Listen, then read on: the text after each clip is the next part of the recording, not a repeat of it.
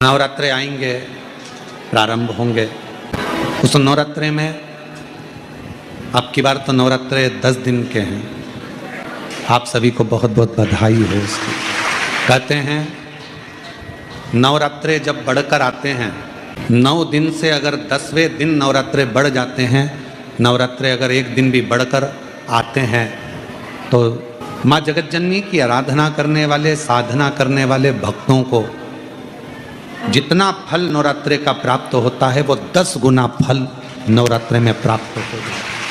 अगर नवरात्रे एक दिन बढ़ जाएं, 10 दिन के नवरात्रे हैं अब की बार।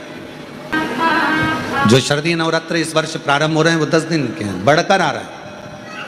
शिव शक्ति की खूब आराधना करो, भगवान शंकर और पार्वती की खूब साधना करो, शिव पार्वती का भजन करो, शिव पार्वती का स्मरण करो, शिव पार्वती की भक्ति करो, मंत्र जाप करो, नाम जाप करो, कीर्तन करो, आराधना करो, साधना करो, वो फल देते हैं। आराधना साधना माँ अम्बा जगदम्बा की भी शिव के साथ।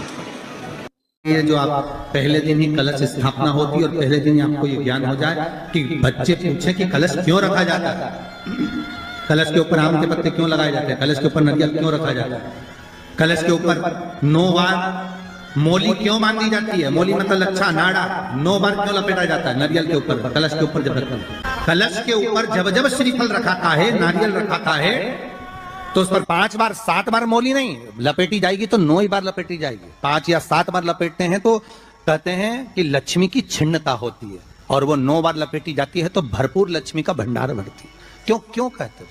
भगवान कुंभ का निर्माण कर रहे हैं, भगवान कलश का निर्माण कर रहे हैं, और भगवान स्वयं ब्रह्मदेव कर रहे हैं कि आप ऐसा निर्माण कर दो जिसमें 33 कोटि देवता स्वतः विराजमान हो जाए। तो भगवान ने उस कलश का निर्माण कर दिया। अब कलश का निर्माण करा तो स्वयं भगवान ब्रह्मदेव बोले, प्रभु इस कलश के अंदर मेरा स्थान कहाँ है? बहुत ध्यान देना महाराज, कलश का जो मुख होता है उस मुख पर भगवान विष्णु का स्थान होता है। किसका स्थान है?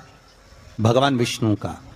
थोड़ा सा नीचे आओगे, जहां से कलश का मुख दबा हुआ होता है, वह जगह भगवान स्वयं शिव की होती है। किसकी जगह है? भगवान शंकर की। कलश का अग्रभाग, नीचे का भाग जहां से फैला हुआ होता है, वहां ब्रह्मा का आधिपत्य स्थापित होता है।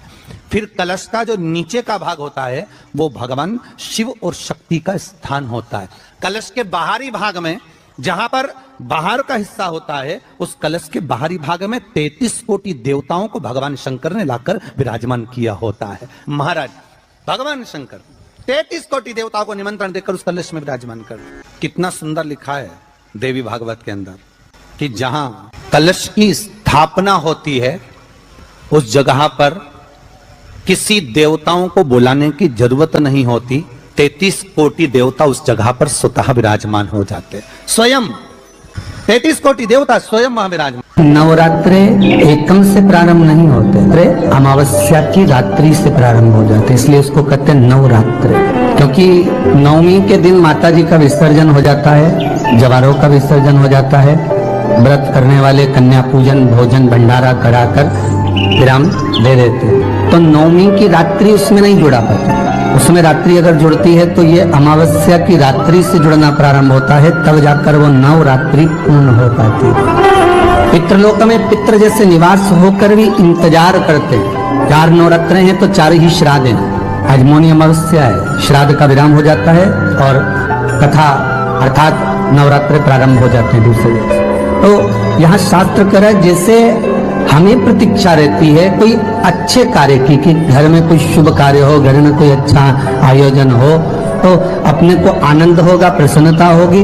उसी तरह हमारे जो पूर्वज चले गए, जो पूर्वज चाहे वो अधोगति में गए हों, चाहे वो देवगति में गए हों, चाहे वो पितृलोक में निवास कर रहे हों, तो जितने भी पितृलोक में निवास करने वाले पूर्वज होते हैं वो भी ये विचार करते हैं कि हमारे घर के वंश द्वारा, हमारे वंशजों द्वारा कोई ऐसा सत्कर्म हो जिससे हमारे जीवन की भी तृप्ति हो और हमें आनंद की अनुभूति हो। और ध्यान दीजिएगा महाराज, आपको चैत्री नवरात्रि का स्मरण होगा, आपको शारदीय नवरात्रि का स्मरण होगा, पर जो आषाढ़ में और माघ में जो नवरात्रे पढ़ते हैं इसका एक आनंद ही दूसरा रहता है। बस इतना जरूर होता है कि दुनिया के लोग वो जो 2 नवरात्रे होते हैं उसमें कलश की स्थापना भी करते हैं, देवी का पूजन भी करते हैं, अर्चना भी करते हैं, मंदिरों में भीड़ भी रहती है और खूब प्रेम से माता का जगराता वगैरह सब होता है। पर ये जो नवरात्रे हैं 2 गुप्त नवरात्रे, इनका लोगों को स्मरण नहीं था।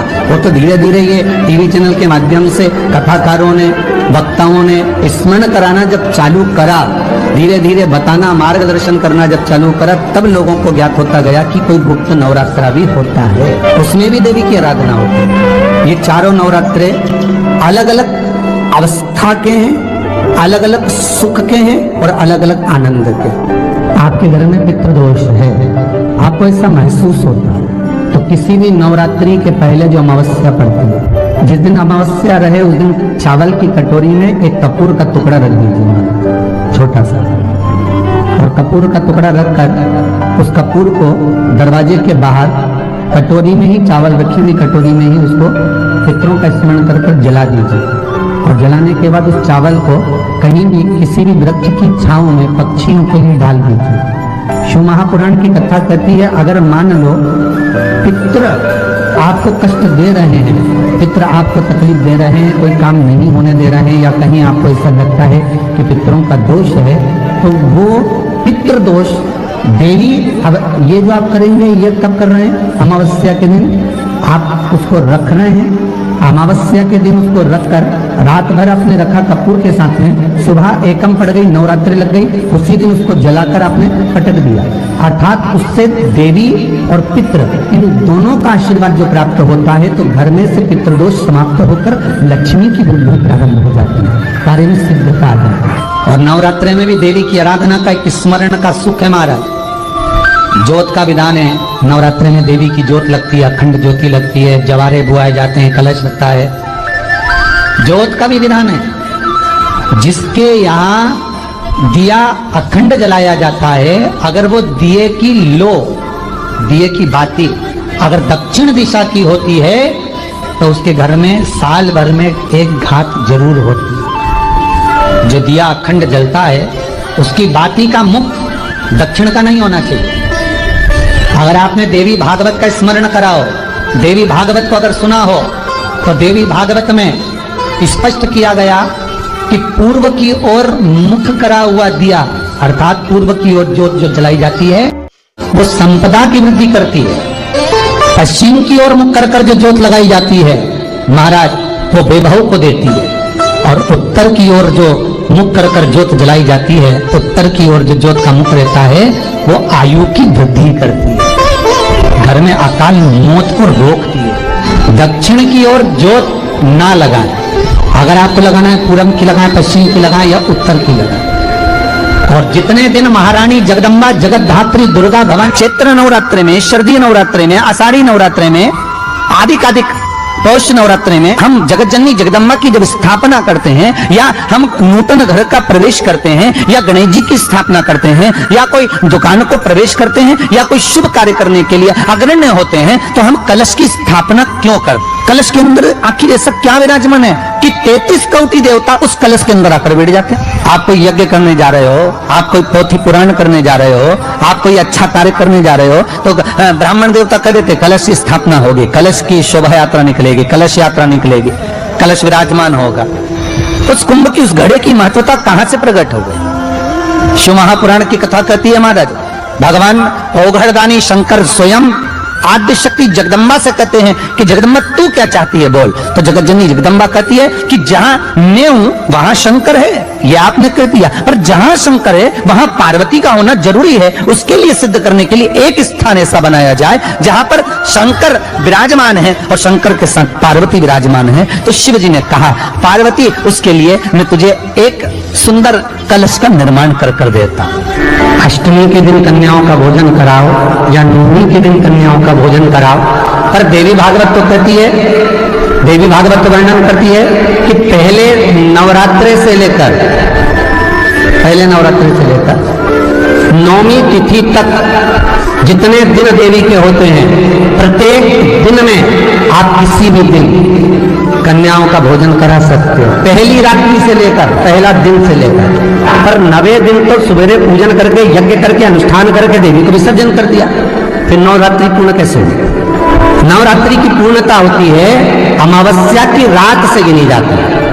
कौन से दिन से गिनते हैं? अमावस्या की रात्रि, फिर एकम की रात्रि, फिर दूज की रात्रि, ऐसे गिनते गिनते अष्टमी की रात्रि तक और नवमी के दिन सुबह तक या दोपहर तक या शाम तक, जब तक आप यज्ञ ना करें तब तक ये 9 रात्रियां पूर्ण गिनी जाती हैं महाराज देवी भागवत के हिसाब से पूर्णता।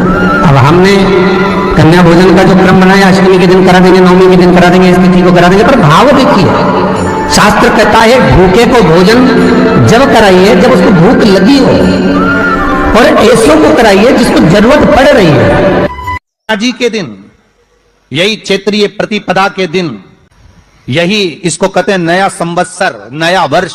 हिंदू धर्म में क्यों कहा जाता है? आज ही के दिन ब्रह्मा जी ने, महाराज संपूर्ण ब्रह्मांड की रचना करने वाले, जिनको भगवान शिव ने स्वयं ब्रह्मदेव से कहा है कि ब्रह्मा जी तुम सृष्टि खंड को आगे बढ़ाइए, सृष्टि की रचना करिए, और आज ही के दिन, यही क्षेत्रीय प्रतिपदा के दिन, यही इसको कहते हैं नया संवत्सर, नया वर्ष। हिंदू धर्म में क्यों कहा जाता है? आज ही के दिन ब्रह्मा जी ने, महाराज सृष्टि की रचना करना प्रारंभ करा था। आज ही के दिन भगवान शिव और ब्रह्मा का संवाद हुआ था। सीधे भगवान शंकर ब्रह्मदेव के पास जाकर बोले थे, हे ब्रह्मदेव आप सृष्टि की रचना करिए। अष्टमी के दिन कन्याओं का भोजन कराओ या नवमी के दिन कन्याओं का भोजन कराओ, पर देवी भागवत तो कहती है, देवी भागवत तो वर्णन करती है कि पहले नवरात्रे से लेकर, पहले नवरात्रे से लेकर नवमी तिथि तक जितने दिन देवी के होते हैं, प्रत्येक दिन में आप किसी भी दिन कन्याओं का भोजन करा सकते हो, पहली रात्रि से लेकर, पहला दिन से लेकर।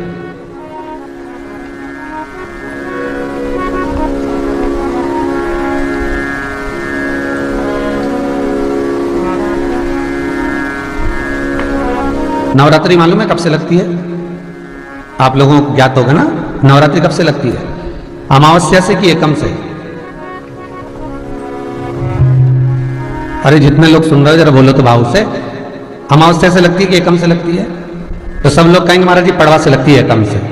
पर देवी भागवत कहती है अगर एकम से लगी तो नवरात्रि पूर्ण कैसे हुई?